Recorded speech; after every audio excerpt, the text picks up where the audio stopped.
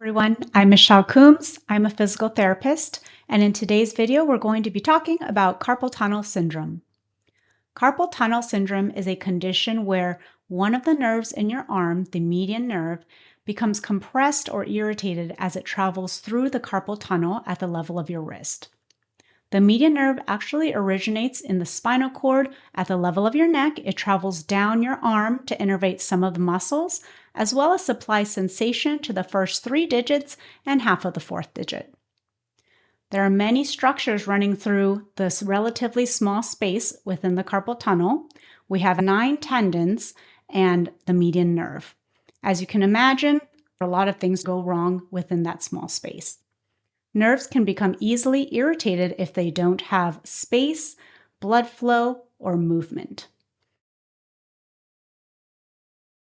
There are many causes of carpal tunnel syndrome, but it's often related to repetitive hand use or poor wrist posture.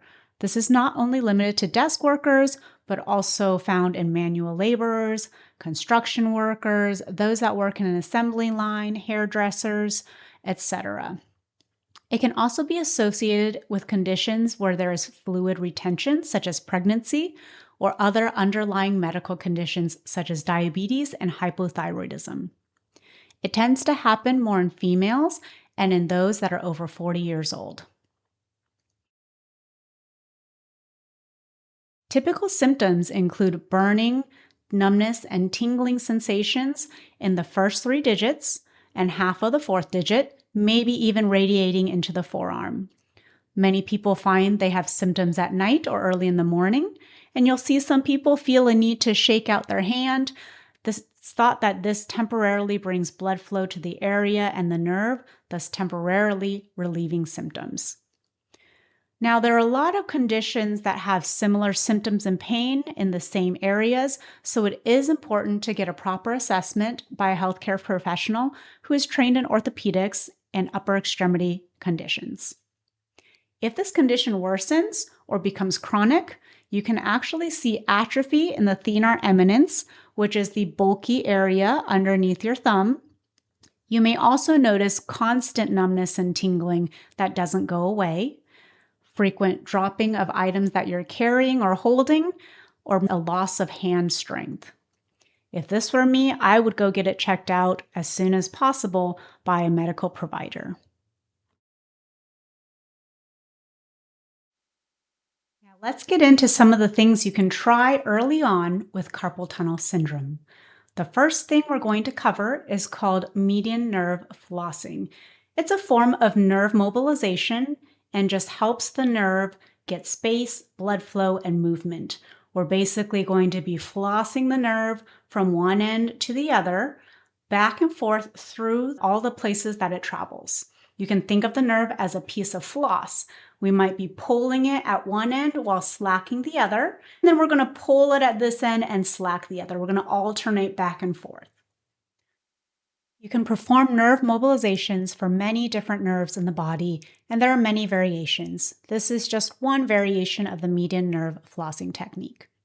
You're going to start with your palm up, facing the ceiling. You're going to start to extend your elbow and extend your wrist by pointing your fingers down toward the floor and tilt your head the same direction as your arm.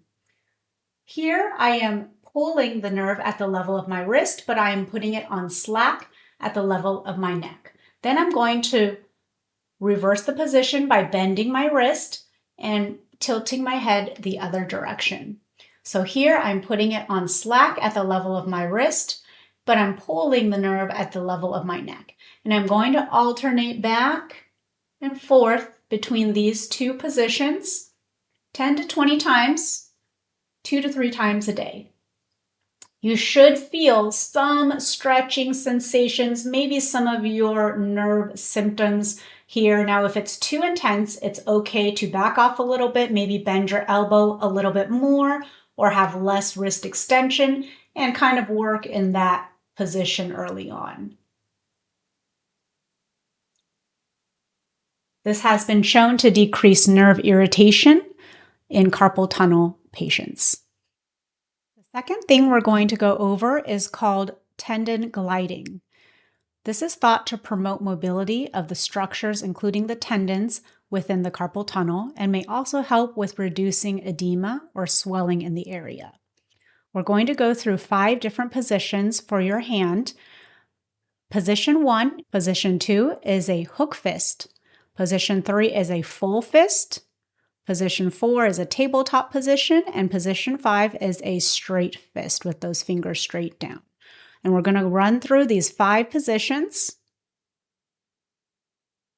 10 times, 2 to 3 times a day. Now, make sure that your wrist is not cocked one way or the other, that it's in neutral. This has been shown to decrease tendon friction and encourage functional mobility in carpal tunnel patients. The last thing we're going to cover that you can do early on for carpal tunnel syndrome is use of a wrist splint. You can use a soft or semi-rigid wrist splint. We know that when the wrist is in neutral or 0 degrees, that there's the least amount of pressure within the carpal tunnel. Any amount of flexion or extension is going to increase that pressure in the carpal tunnel and potentially affect blood flow, causing symptoms. Most people use the wrist splints at night to avoid awkward positions of the wrist that may cause symptoms. And while there is not really evidence to show improvement in function during daytime use, some people do find it helpful to keep the wrist in a neutral position during their activities. If you have to use your wrist and hand a lot for work, then it may be beneficial to consult a physical therapist, an ergonomist, or a hand specialist for more tips regarding your unique workplace situation. Use of wrist splints for mild to moderate carpal tunnel syndrome is consistently a first-line conservative treatment used in multiple randomized controlled trials. I hope you found these 3 things helpful in managing carpal tunnel syndrome in the early stages. Of course, once we restore the mobility of the nerve and tendons and calm the symptoms down, we do want to shift our focus to long-term prevention. This is going to include more active loading and mobility. I might make another video on that, but in a nutshell, that's going to include progressing the median nerve flossing technique to what we call a tensioning technique. This is a more advanced exercise. It's not good in the early stages. It can actually make things worse. We will also prioritize gaining wrist extension, range of motion, and tolerance in that position, as well as progressive strengthening and mobility of not only the forearm, wrist, and hand, but also the shoulder, shoulder blade area, the spine, and maybe even the neck. All right, I hope you found this video helpful. If you did, give it a like and subscribe. See you next time.